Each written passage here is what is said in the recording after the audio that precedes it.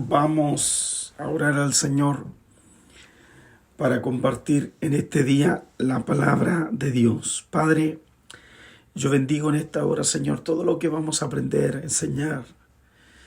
Agradezco eternamente lo maravilloso que es tu gloria, todo lo que refleja, Señor, para revelar lo que estaba oculto, el misterio de tu propósito, que se lo entregaste a tus hijos, para que nosotros pudiéramos compartir, aprender y asumir nuestras responsabilidades.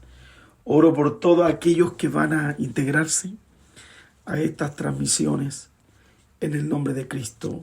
Amén. Que Dios les bendiga, que Dios bendiga a Patricia.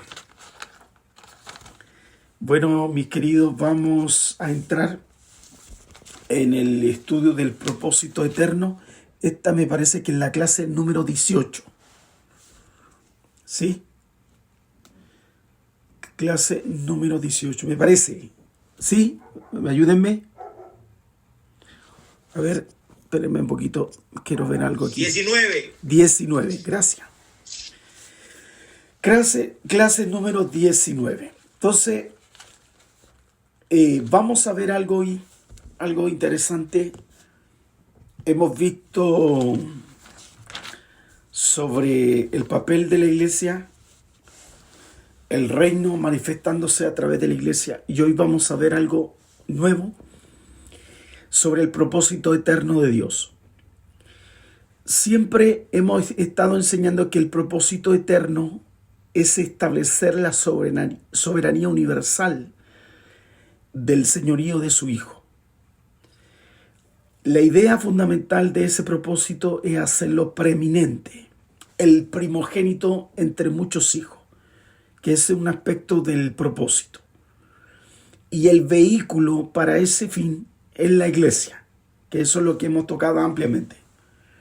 Es el objetivo de usar la iglesia que lleve a cabo ese objetivo, que la iglesia hable de Cristo, que se establezca Cristo y que lo que Cristo hizo en la cruz recuperó lo que había perdido originalmente Adán, el primer hombre. Entonces, ese poder ahora se lo delegó a la iglesia, pero la iglesia hoy, ya estoy entrando en materia, no ha podido cumplir ese papel, y ahí donde tenemos tanta división, tenemos más dogmas que doctrina. Hay gente que está basado más en el antiguo pacto que en el nuevo pacto. Se basa más uno en la ley, no tanto en la gracia. Y eso ha traído un conflicto enorme en el papel y la función de la iglesia en estos tiempos. Entonces uno se pregunta, ¿la iglesia estará cumpliendo el papel que originalmente en la intencionalidad de Dios, que nació para que llevara ese proyecto, ese plan? Entonces, lamentablemente tenemos que decir que la iglesia no ha cumplido ese papel. Entonces ahora la iglesia tiene un problema y Dios no puede depender de la iglesia. ¿Por qué? Porque hoy día la iglesia está muy dividida. ¿En qué? En rótulos. Si ustedes ven la historia original del libro de los Hechos, era una sola iglesia. Se fue expandiendo. A través de ello habían concilio, habían ancianos, había presbiterio. Y ese concilio, esos ancianos cumplían de que todos los hermanos pudieran desarrollarse con los 5 ministerios. Pero poco a poco la iglesia fue perdiendo el mensaje original que de alguna forma Cristo le delegó a través de nuestro Padre su misión. Y fue así que la iglesia hoy día está más enfocada en las divisiones, en lo personal, más en la carnalidad, más enfocada en sí misma que en el aspecto original de Dios. Y para eso, Dios va a tener que poner sus ojos lo que se llama, y que siempre ha sido, y que siempre seguirá, en un remanente. Y ese remanente es donde Dios va a llevar a cabo nuevamente su proyecto y su plan.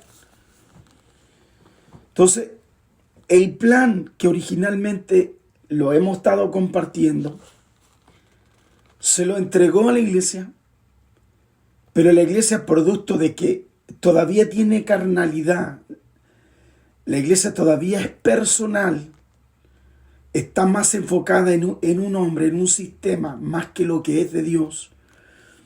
Dios va a llevar a cabo lo que se llama el remanente. Y ese remanente, las Escrituras lo identifican como los vencedores. Entonces, como punto importante, ahí en sus notas, deben ponerle a esta unidad sobre lo que vamos a llamar los vencedores, que es el remanente o el colectivo pequeño que Dios va a hacer los grandes cambios en esta humanidad. Entonces, en esta etapa del propósito eterno de Dios, vamos a hablar de los vencedores. ¿Qué son los vencedores? Es un pequeño grupo de gente que mantiene el testimonio en la tierra para vencer el trabajo del enemigo. Y Apocalipsis lo escribe y lo va a describir, que tiene el pensamiento y la mente original de lo que nuestro Padre quería hacer y quiere hacer en este planeta. Entonces ellos, el remanente, llevará a cabo el cumplimiento del llamado de vencer al enemigo en este mundo. Este es el remanente. Entonces el remanente se llama los vencedores. Entonces Dios señala en cada una de las 7 iglesias de Asia que prometió un premio especial sobre este remanente. Y este llamado es un grito para salir a vencer. Entonces, vamos a ver un poquito las Escrituras y vamos a ir al libro de Apocalipsis capítulo 2. Apocalipsis capítulo 2, versículo 7. Apocalipsis capítulo 2, versículo 7 dice así, dice: el que tiene oído, oiga lo que el Espíritu dice a las iglesias. Al que venciere, le daré a comer del árbol de la vida, el cual está en medio del paraíso de Dios. Entonces, ¿esto es para quién? Para que el que venciere. Apocalipsis 2:11 dice: el que tiene oído, oiga lo que el Espíritu dice a las iglesias. El que venciere no sufrirá daño de la segunda muerte. Aquí vemos la segunda parte de los vencedores. Después lo encontramos en Apocalipsis capítulo 2, versículo 17. Dice: el que tiene oído, oiga lo que el Espíritu dice a las iglesias. Al que venciere, daré de comer del maná escondido, le daré una piedrecita blanca, y en la piedrecita escrito un nombre nuevo, el cual ninguno conoce sino aquel que lo recibe. Y después tenemos en el versículo 26, dice: al que venciere, guardaré mis obras hasta el fin, yo le daré autoridad sobre las naciones. Después lo encontramos en la iglesia de Sardis, en el verso 5, dice: el que venciere será vestido de vestiduras blancas. No borraré su nombre del libro de la vida, y confesaré su nombre delante de mi Padre y delante de sus ángeles. El versículo 12 dice: al que venciere, Yo lo haré columna en el templo de mi Dios. Nunca más saldrá de allí. Escribiré sobre él el nombre de mi Dios, el nombre de la ciudad de mi Dios, la nueva Jerusalén, la cual desciende del cielo de mi Dios, mi nombre nuevo. Eso lo podemos encontrar en Apocalipsis 3:12. Después vamos a la iglesia de la Odisea y en el versículo 21, fíjese lo que dice. Al que venciere, le daré que se siente conmigo en mi trono, así como yo he vencido y me he sentado con mi Padre en su trono.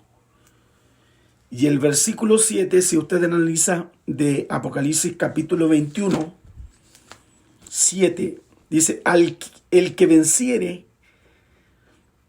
heredará todas las cosas y yo seré su Dios y él será mi hijo.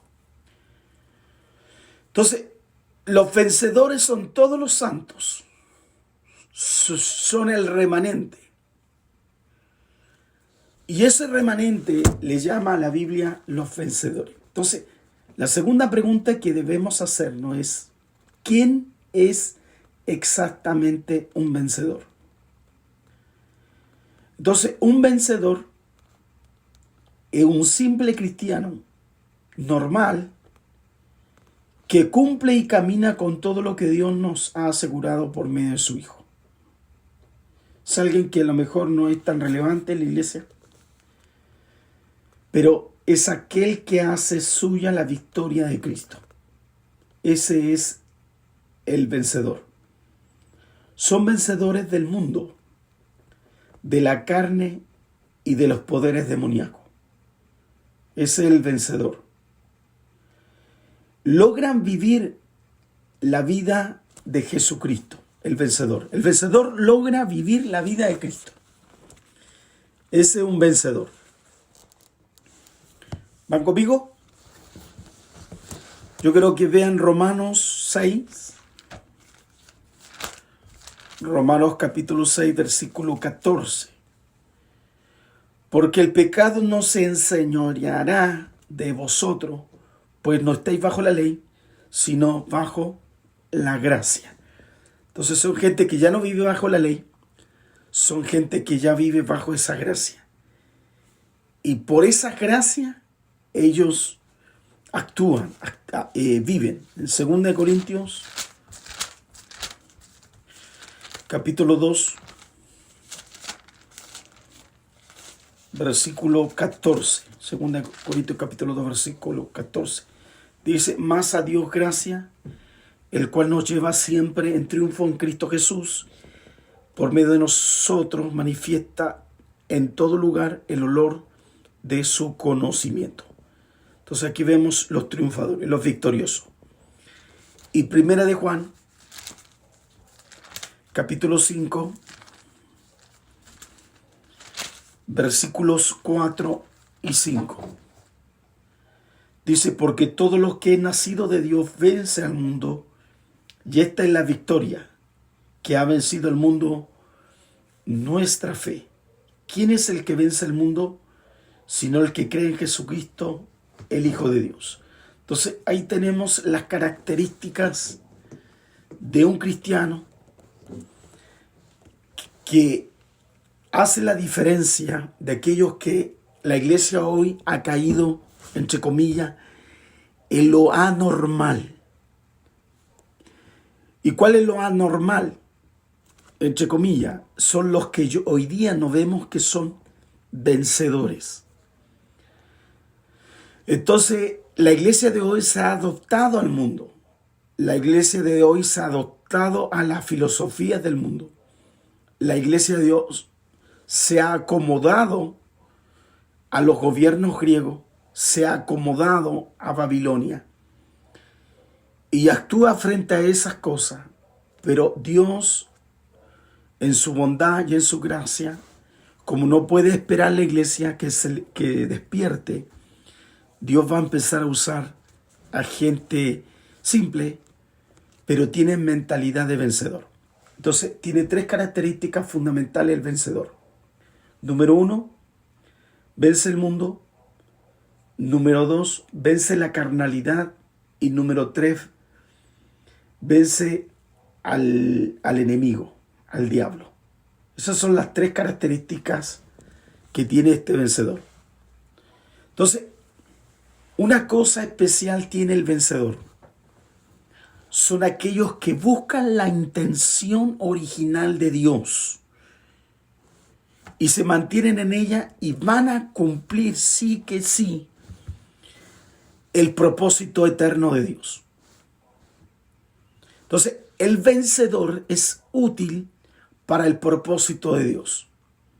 Todo lo que hemos hablado antes, de recuperar la tierra, de establecer el dominio en la tierra, de no ser tan individual, sino más colectivo, de tener una visión de reino, de establecer la soberanía de Cristo, de ser Cristo preeminente y no tanto la figura del hombre.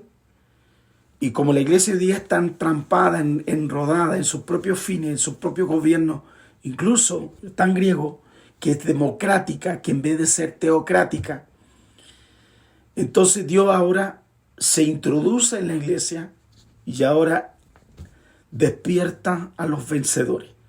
Porque los vencedores tienen el mensaje, ese mensaje original. Son útiles, ¿por qué? Porque vencen al enemigo y van a establecer y están estableciendo el reino de Dios aquí en la tierra. Son gente madura, son gente victoriosa y son gente que está lista y preparada para el retorno de Jesucristo. Esos son los victoriosos. Los vencedores hacen que Dios ya lo que la iglesia dejó de hacer.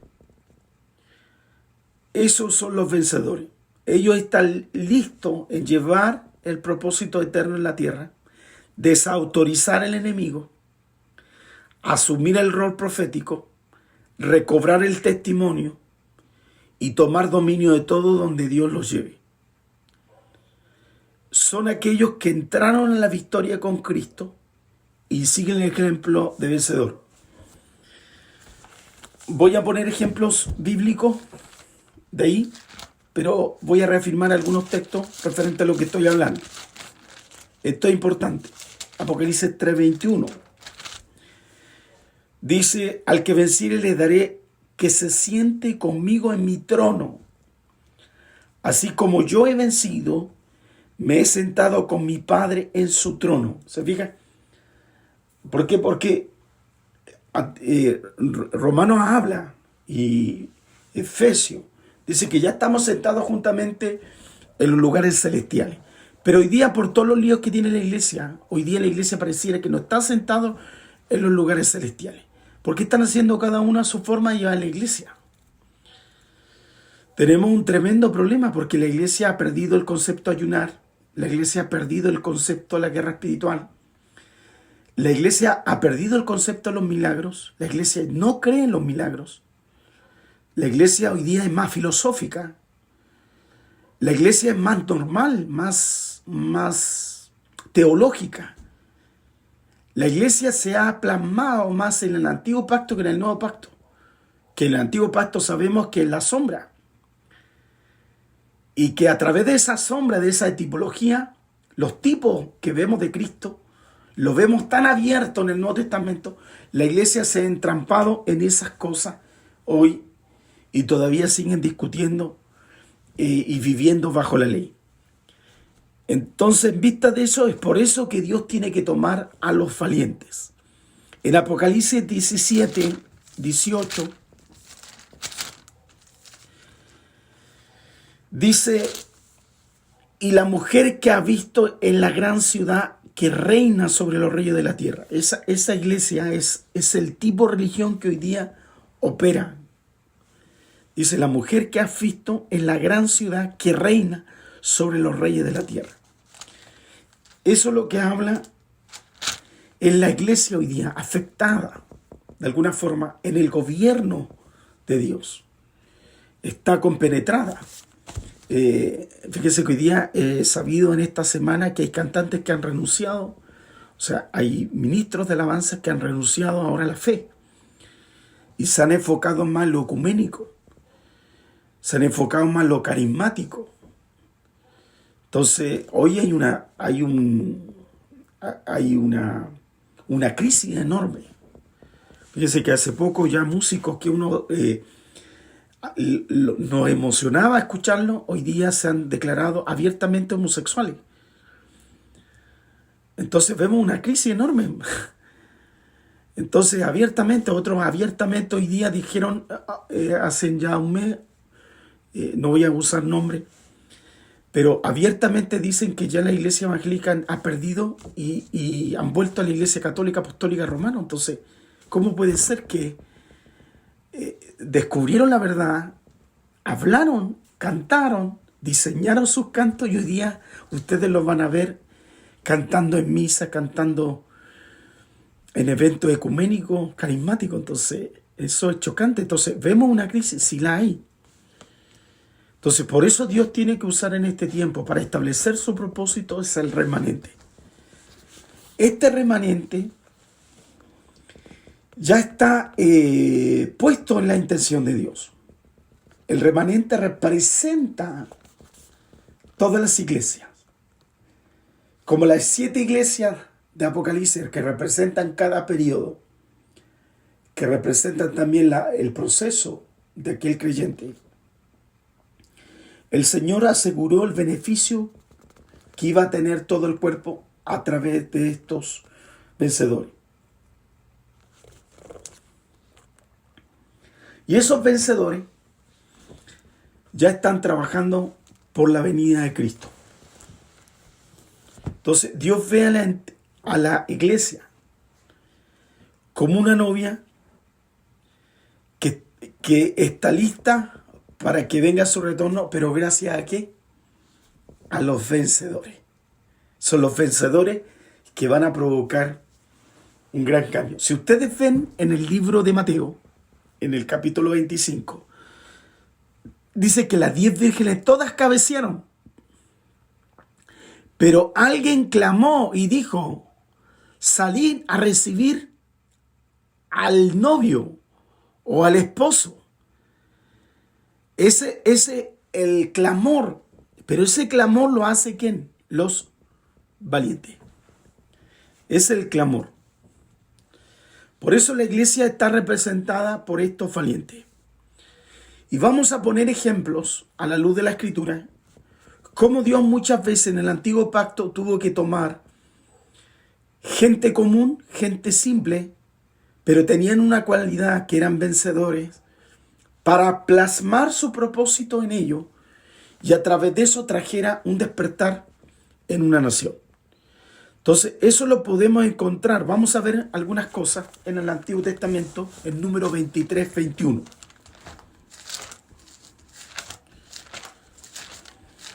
Números capítulo 23, versículo 21, dice, ¿no has notado la iniquidad de Jacob, ni has visto perversidad en Israel? Jehová su Dios está con él, y júbilo de rey en él. ¿Se fija? Aquí habla, ¿no has notado la iniquidad de Jacob? ¿No has visto la perversidad en Israel?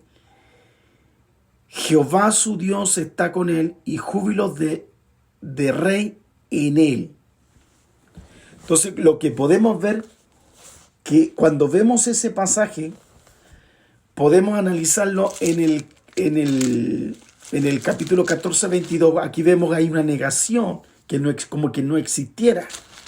Pero en el número 14, 22, dice, todos los que vieron mi gloria y mis señales que he hecho en Egipto y en el desierto, me han tentado ya 10 veces y no han oído mi voz.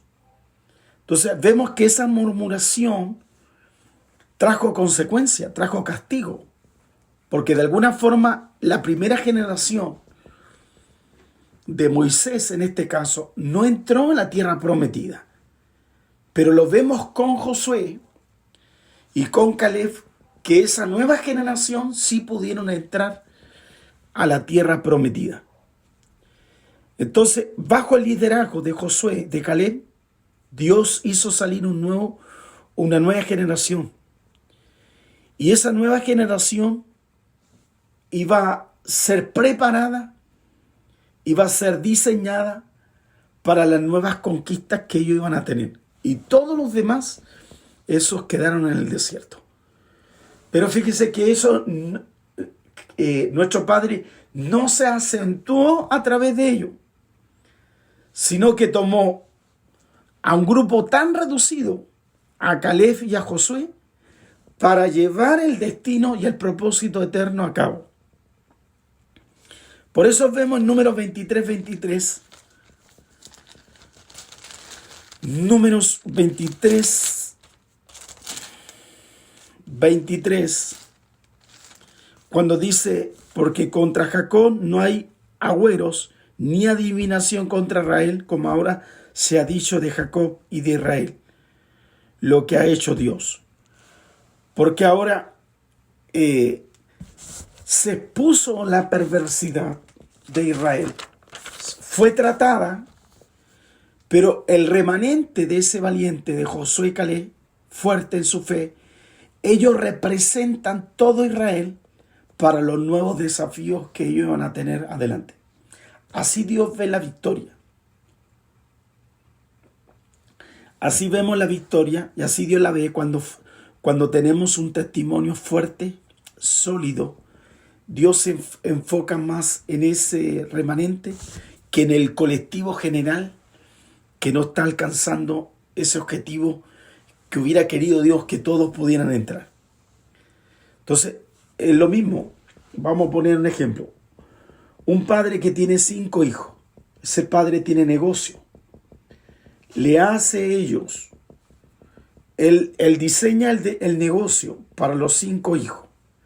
Cuando ese padre le habla sobre ese negocio y ahora que vengan a trabajar con él, que él desea que estén al lado de él, 4 dicen no y 1 dice sí. La pregunta es la siguiente: ¿quién hizo la voluntad? ¿Los 4 o 1 solo? Es 1 solo el que hizo la voluntad y está trabajando bajo la voluntad de Dios. Pero no por eso el negocio no va a continuar. ¿Se fija? El propósito va a seguir igual, pero no son todos, son 1 solo. ¿Quién cumple el propósito? No se basa en los 4. El propósito continúa, basado solo en 1. Entonces, es así como actúa Dios en el propósito. Entonces, como punto importante que quiero señalar, y si ustedes están anotando ahí, los vencedores son el remanente de Dios que lleva a cabo su meta, la meta de Dios.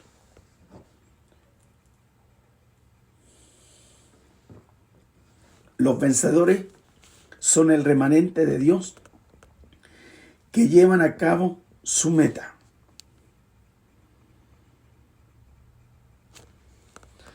Entonces Dios trabaja con un remanente para representar los beneficios para ese pueblo, para llevar a cabo su propósito.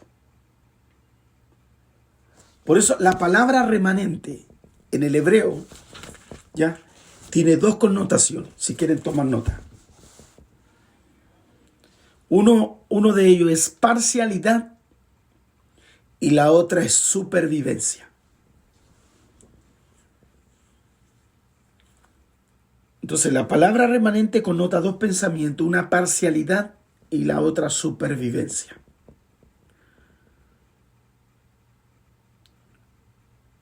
Un remanente pequeño representa el todo, el que sobrevive. Entonces Dios trabaja desde pocos hacia afuera, de poco hacia mucho. Él mueve del interior hacia el exterior. Por eso Dios trabaja con un remanente para trabajar con las masas. Para trabajar con las masas, Dios trabaja con el remanente. Para hacer cambio en las masas, tiene que necesariamente trabajar con un remanente.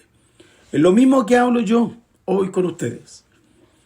El propósito eterno que estoy enseñándolo, que van a influir en la gente de la iglesia, son a través de ustedes. No está todo estudiando, son ustedes que van a tener que influir para que la palabra compenetre en muchas vidas de la gente. Entonces es el remanente que va a alcanzar todas las masas. Es el remanente que está creyendo. Entonces, esto se ha establecido en el Antiguo Pacto y en el Nuevo Pacto. Entonces, fíjese, Dios levantó a Abraham un poco para alcanzar las naciones, que refleja mucho. Fue un matrimonio de viejos que los llamó, que era un poco, pero para alcanzar las bendiciones de Dios fue a través de este matrimonio. Dios levantó a Moisés y a Aarón, unos pocos, para salvar un pueblo. No fue el pueblo en total, fue solo Moisés y Aarón. Pero a través de Moisés y Aarón liberó a todo el pueblo de la esclavitud. Lo mismo pasa en el Nuevo Pacto. Él levantó a Cristo. Él vino al mundo y Cristo formó a 12, a los pocos. Pero a través de los 12 alcanzó a muchos, a la multitud. ¿Mediante qué? Mediante el Evangelio. Entonces, como podemos desglosar que Dios levanta un remanente para el beneficio de muchos.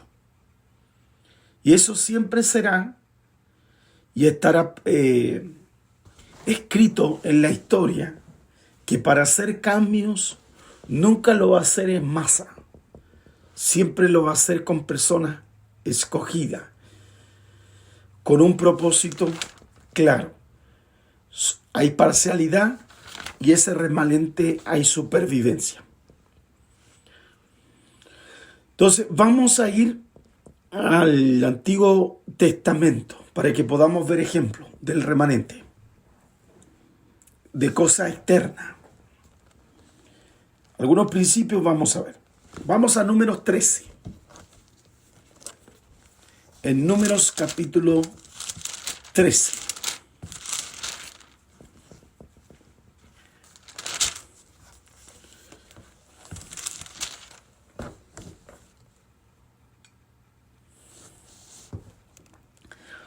Versículo 21. Voy a leer hasta el 33. Dice, ellos subieron, reconocieron la tierra desde el desierto de Sin hasta Rehob, entrando a Amat. Y subieron en Nehue y vinieron hasta Hebrón. Y allí estaban Ahimán, Sesaí, Talmaí, hijos de Aná. Hebrón fue edificada 7 años antes de Zoán en Egipto. Y llegaron hasta el arroyo de Elcol. Y de allí cortaron un sarmiento de racimo de uva, el cual trajeron 2 en un palos de las granadas y de los higos. Y le llamó a aquel lugar el valle de Escol, por el racimo que cortaron allí los hijos de Israel. Versículo 25. Y volvieron de reconocer la tierra a fin de 40 días. Anduvieron, vinieron a Moisés y a Aarón y a toda congregación de los hijos de Israel en el desierto de Parán, en Cades, y dieron la información a ellos y toda la congregación, y le mostraron, dice el texto, el fruto de la tierra. Les contaron diciendo, nosotros llegamos a la tierra, el cual nos enviaste, la que ciertamente fluye, mire, leche y miel. Esta es el fruto de ella. Mas el pueblo que habita aquella tierra es fuerte. Y empezaron a llorar. La ciudad es muy grande y fortificada. También vimos allí los hijos de Aná. Amalé habita el Nehue, el Eteo, el Jebuseo, el Amorreo, habita en el monte, el cananeo habita junto al mar, en la ribera del Jordán. Versículo 30, miren.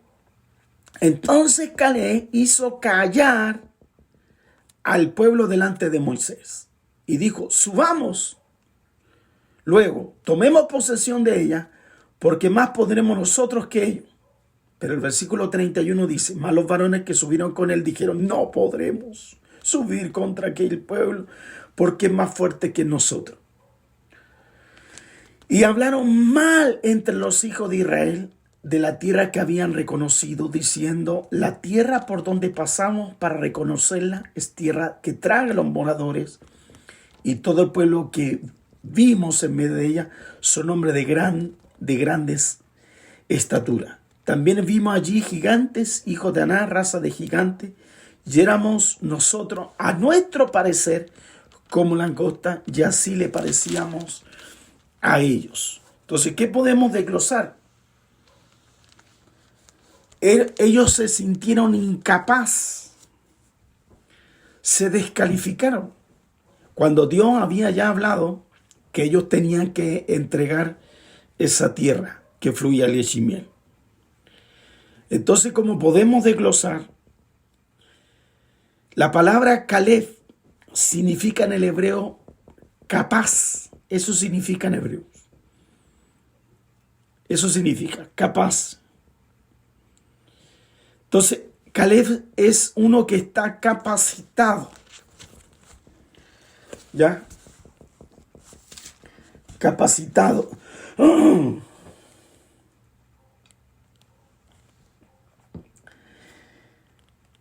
Es un tipo de vencedor.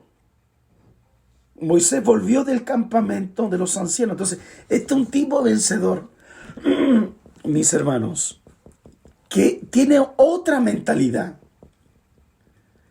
tiene otra disposición, tiene otra forma de ver la vida, tiene otra forma de asumir los desafíos. Su espíritu es militante. Caleb estaba dispuesto a ir y sabía que iba a ganador. Era vencer a su enemigo por medio de la fe.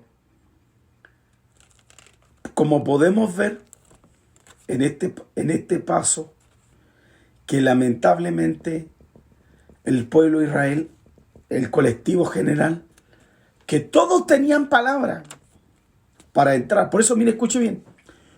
Todos tenían palabra profética para entrar a la tierra. Pero esa palabra profética en ellos lo personal la abortaron. Y esos quedaron en el desierto. En cambio, el remanente que es Caleb y Josué, y esa generación pudieron entrar a esas tierras donde fluye leche y miel. Israel se hunde en la incredulidad.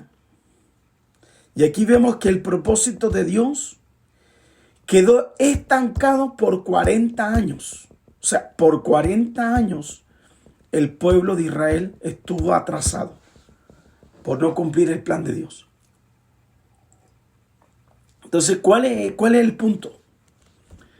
Que cuando nosotros no cumplimos el proyecto de Dios, el plan, el propósito eterno original de Dios, nosotros de la perspectiva de Dios podemos estar atrasados. Y como Dios no se va a atrasar, Él va a buscar un remanente, aquellos que le creen. Y ese creer significa, como ya hemos desglosado antes, que no se conecta con el mundo, que no se conecta con el sistema del mundo y que está enfocado a cumplir el propósito de Dios. Por eso Caleb entró y la generación original, lamentablemente, ¿qué pasó con ellos? Murieron en el desierto. Por eso la palabra Josué es un nombre de Jesús. Y Jesús fue el que condujo a la tierra prometida. Yeshua. Entonces vemos a Yeshua ahora conduciendo a una nueva generación a la tierra prometida.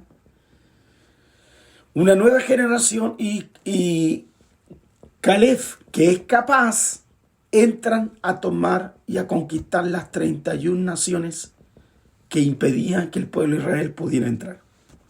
Y a eso se le llama como los vencedores.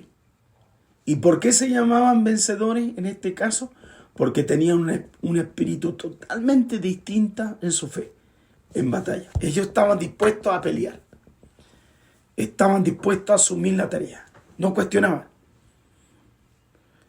Lo que Dios prometió, la semilla de Caleb pudieron asumir esa tierra. Entonces, ¿qué son las semillas de Caleb? Son aquellos que tienen el mismo espíritu de Caleb, un espíritu de fe, militante, que no tienen miedo. Son aquellos capaces de tomar su palabra sin miedo y asumir su desafío de fe. Esos son la semilla de Caleb. La semilla de Caleb representa a los vencedores, representa a todos aquellos que tienen fe y que finalmente por esa fe, Israel como nación, como colectivo, ellos pudieron entrar a la tierra prometida. Entonces, ¿a qué voy yo? Que Dios trabaja hoy no con un masa, sino con unos pocos. Y eso se llama los remanentes.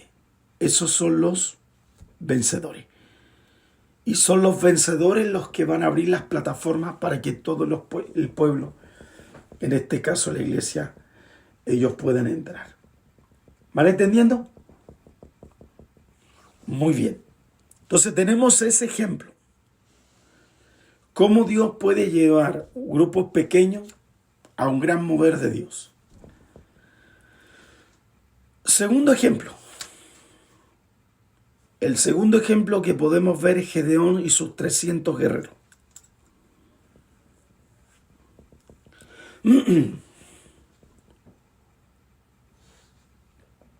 Esto lo puedo encontrar en Jueces, capítulo 7.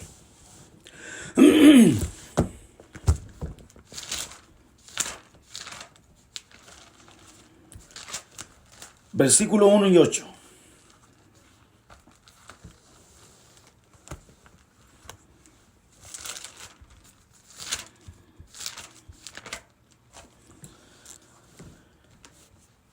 Dice así, dice que levantándose pues de mañana Jerobbaal, el cual es Gedeón, y todo el pueblo que estaba con él acamparon junto a la fuente de Arob.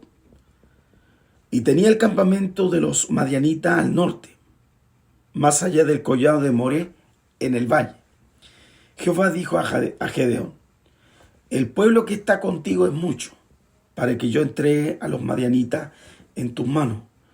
No sea que se alabe Israel contra mí diciendo, mi mano me ha salvado. Ahora pues haz pregonar en oído del pueblo diciendo, quien tema, se estremezca, madrugue y devuélvase desde el monte de Galaad. Dice que se devolvieron de los del pueblo 22,000 y quedaron 10,000. Y Jehová dijo a Gedeón, aún hay mucho el pueblo, llévalos a las aguas y allí te los probaré. Del que yo te diga, vaya este contigo. Irás contigo más que cualquiera que yo te diga. Este no vaya contigo y el tal no irá. Entonces, dice el texto, llevó al pueblo a las aguas y Jehová dijo a Gedeón, cualquiera que lamiere las aguas con su lengua, como lame el perro, aquel podrá aparte. Y asimismo, cualquiera que se doblare sobre sus rodillas para beber. Y fue el número de los que lamieron, llevando el agua con la mano a su boca, 300 hombres. Y todo el resto del pueblo se dobló sobre sus rodillas para beber las aguas. Entonces Jehová dijo a Gedeón, con estos 300 hombres que lamieron el agua, os salvaré y entregaré a los madianitas en tus manos, y váyanse todos los demás, gente, cada uno en su lugar. Sabemos la historia, ¿cierto? que Madián había torturado, había controlado a Israel por 7 años. Y en esos 7 años Dios va a levantar, fíjese, no la masa, no un avivamiento colectivo, como todos piensan, sino a un Gedeón. Y Gedeón necesita, para llevar al pueblo, a la nación, a otro nivel, necesita gente. Y Dios le da 10.000, pero no, los 10.000 no estaban calificados para lo que Dios quería. Solo 300 calificaban. Todos esos 300 iban a poder cumplir ese propósito. Entonces, como podemos ver, que el resto eran temerosos, eran divisivos, eran complacientes. Por tanto, ellos no calificaban para lo que Dios quería con ellos. Y solo bastó, ¿cuánto? 300 en número. Por eso, los grandes modelos, el gran proyecto de Dios, nunca es toda la masa. Nunca. Es siempre grupos pequeños, reducidos. Y son ellos que van a cumplir esa gran tarea, el gran proyecto de Dios al que venciere. Aquí vemos que 300 pagaron el precio para vencer a Madián.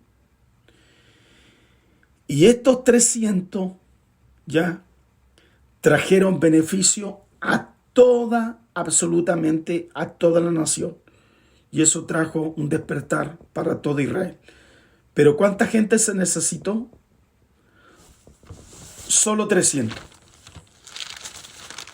Espérenme, deje buscar un texto que quiero hablar.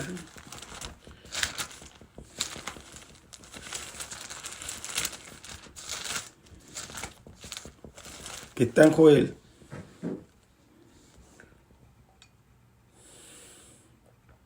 Capítulo 3.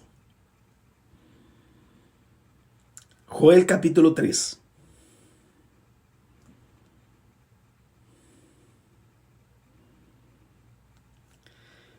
Joel capítulo 3, versículo 9. Dice, proclamar entre las naciones, proclamar guerra. Despertar a los valientes, y acérquense, vengan todos los hombres de guerra. Forjad espada a vuestros asadores, lanza vuestras hoces, y diga el débil, fuerte soy. ¿Qué nos lleva a esta palabra? Que en los tiempos finales, son tiempos de un gran mover del Espíritu, Dios va a juzgar las naciones, quizás no con gente a lo mejor que tenga tanto protagonismo social. Son gente que no va a tener protagonismo social, que no tenga tanto impacto social, sino son gente común, con bajo perfil, que se han negado a sí mismos, pero sí tienen algo muy grande, su fe en Dios. Esa fe en Dios es lo que va a hacer las personas totalmente diferentes. El mover del Espíritu a lo mejor no va a ser una persona que esté mucho quizá ¿cómo que se llama? En las comunicaciones, o que haya escrito libros, o que esté moviendo masas. Son gente de bajo perfil, pero son gente que van a mover el plan y el proyecto de Dios original. Eso habla el libro Joel capítulo 3. O sea, para someter a las naciones, la va a someter con personas tan simples como nosotros, que tienen un despertar. Miren, fíjense, yo he orado al Señor por la sequía. Llevo, creo, unos 3 meses, 4 meses. Y he orado al Señor para que todo lo que la ciencia, la meteorología ha dicho que va a ser un año seco, ha cambiado totalmente al revés. Fíjese que lugares donde no había agua se ha empezado a llenar. En el norte está lloviendo. Aquí había un lugar que se llama Las 7 Tazas. No había agua, se están llenas las 7 tazas. Fíjese que en el Laja, que es una causa como cascada, tenía muy poca agua. Hoy día están impresionados de tanta agua. Fíjese que en el área metropolitana, en la capital, que había un déficit muy grande, que ya comparado con el año, fíjese que tiene 3 veces más agua que comparado con otros 4 años. O sea, ¿cómo lo que está haciendo? La oración intercesora de este tiempo va a cambiar la realidad de los destinos de nuestras naciones. Por eso, aquí donde ustedes tienen que valorar su rol profético. Aquí tienen que valorar su destino profético. Aquí tienen que valorar el peso que ustedes ahora tienen. Que ustedes van a proclamar y van a generar los cambios silenciosamente. Quizás no mucho ruido social, pero sí están moviendo los infiernos. Están moviendo los infiernos y están moviendo las constelaciones espirituales para generar cambio en nuestras naciones. ¿Me entiende? Por eso estos cambios, a lo mejor usted no dice mucha pompa, mucha cosa, pero silenciosamente Dios va a dar testimonio de muchas cosas que están haciendo en lo secreto. Por eso nosotros, dice, enciérrate en secreto para que la recompensa sea en público. Y eso estamos haciendo todo. ¿Cuántos dicen amén? ¿Cuántos creen que Dios lo está llamando a un despertar, a un mover espiritual de Dios? Por eso muchos de ustedes están calificando para una nueva temporada profética, para un nuevo tiempo profético. Muchos que ustedes tienen alma empresarial, el alma de riqueza, el alma ministerial. Dios lo está tratando, lo está formando en los secretos, lo está formando, lo está preparando para calificar para esta nueva temporada donde van a tener que traer mucho pueblo de Dios. Mucho pueblo de Dios. Por eso prepárense para este tiempo. Por eso este es el tiempo de los vencedores. Este es el tiempo del vencedor. Este es el tiempo suyo. Este es el tiempo donde Dios va a mostrar su gloria. Este es el tiempo donde jamás ustedes van a ver cómo Dios los va a usar, cómo gente los va a buscar, cómo gente los va a llamar, cómo gente los va a convocar, no siendo nada. ¿Por qué? Porque lo único que están haciendo ustedes están glorificando al Eterno, están estableciendo su reino, están trayendo el proyecto de Dios que se haga una realidad en esta tierra, está trayendo los juicios para que las naciones se vuelvan al Señor. Los jóvenes se vuelvan al Señor, los adultos se vuelvan al Señor, las almas se vuelvan al Señor y glorifiquen a Dios y digan la misericordia de Dios es por siempre y jamás. Y con eso les digo salud. Aleluya. Gloria a Dios. Gloria a Dios, hermanos míos. Lindo. Gloria a Dios. ¿Cuántos dicen amén? Por eso, aunque, fíjese, aunque el enemigo quiera tratar de me callar, yo he orado, reclamado, he clamado sanidad. Y le pido al Señor en esta hora que se glorifique a través de este vaso. Y digo salud. A Él se la honra, la gloria por siempre. Por siempre, mis queridos. Son meses del remanente. Usted y yo somos eso. Levante la mano. Diga, estos meses Dios me va a usar como nunca antes en mi vida. Eso, hermano, como nunca antes en su vida. Dios le va a abrir puertas como nunca antes en su vida. Dios le va a abrir plataformas como nunca antes en su vida. Dios ya tiene todo listo. Dios tiene los recursos. Dios tiene sus bendiciones, están listas. Y usted va a llevar gente, pueblo, naciones enteras quizás al arrepentimiento.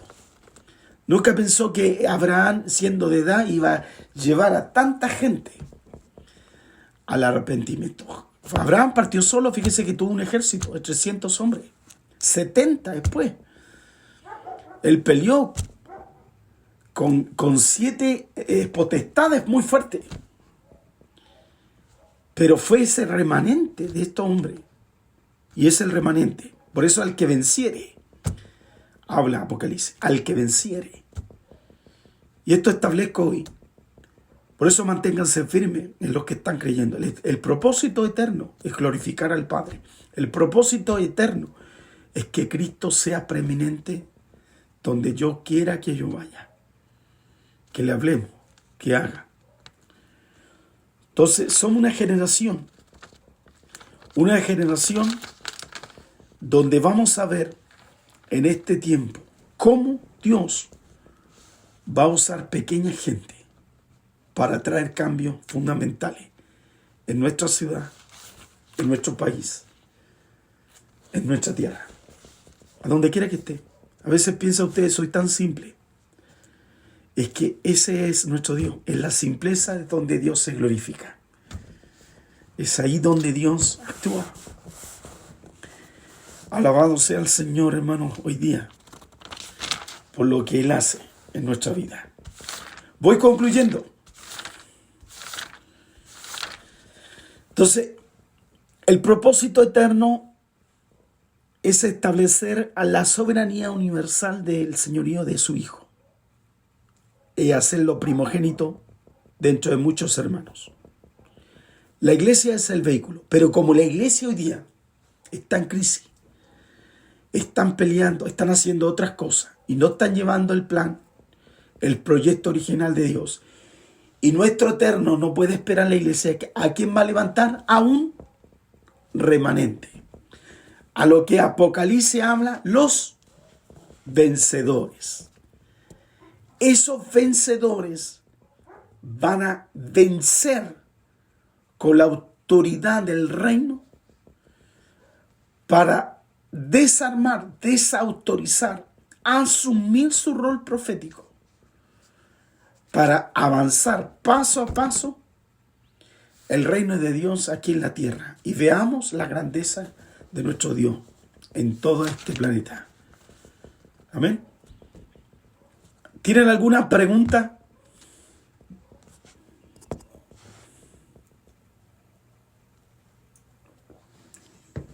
¿Hay alguna pregunta? ¿Que pueden levantar la manito? Referente a lo que estamos hablando. Aquí vamos a ver varias cosas de los vencedores. Hoy día estamos viendo una parte. Pero los vencedores van a construir iglesias. Los vencedores van a construir orfanatos. Los vencedores van a construir hospitales. Los vencedores van a construir quizás megas cosas. No sabemos dónde Dios te va a llevar. Son los vencedores. Los vencedores van a traer un despertar en nuestras naciones. Son los vencedores. Son los vencedores los que están día a día, noche tras noche, aclarando y estableciendo su propósito en este tiempo. Amén. Salud por eso.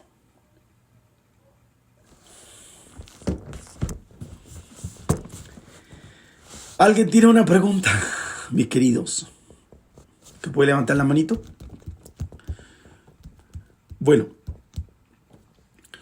yo proféticamente creo completamente. Creo yo que en estos 6 meses que vienen, estos 6 meses van a ser altamente proféticos en relación a la iglesia, para un despertar, un mover más allá de lo natural. Yo veo que en esta preparación, la iglesia, yo creo entrando a julio,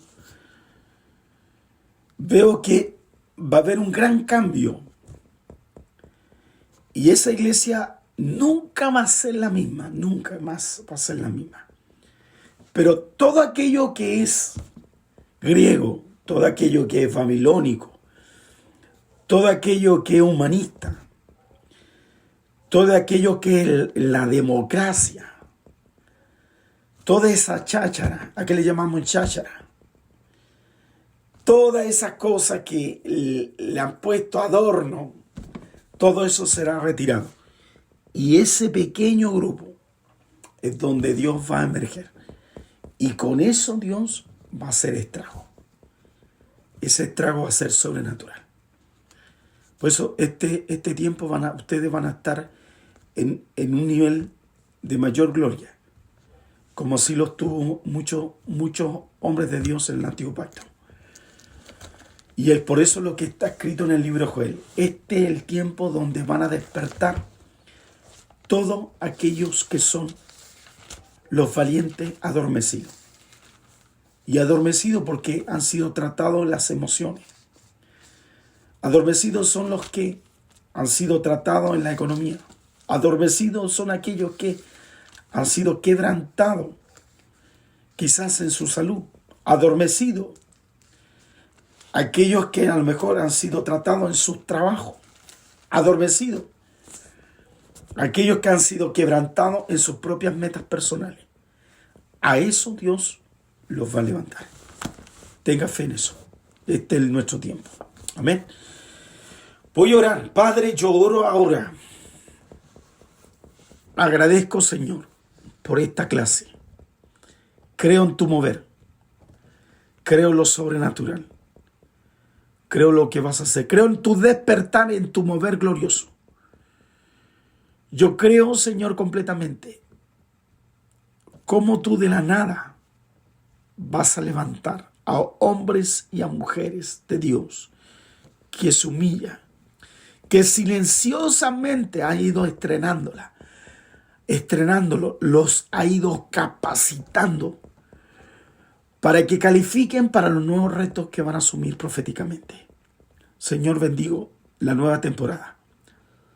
Lo creo completamente. Creo, Señor, que en estos 6 meses se cierran ciertos siglos y comenzamos, Señor, en el otro mes de julio a vivir los 6 meses del nuevo tiempo profético, donde gente sencilla, hombres sencillos, que amen, que se apasionen por Dios, donde tú vas a levantarlo y van a vibrar con tu presencia. Glorifícate. Doy gracias, Señor, por los méritos de Cristo Jesús. Amén y amén. Que Dios los bendiga. ¿Hay alguien que tenga preguntas, mis queridos?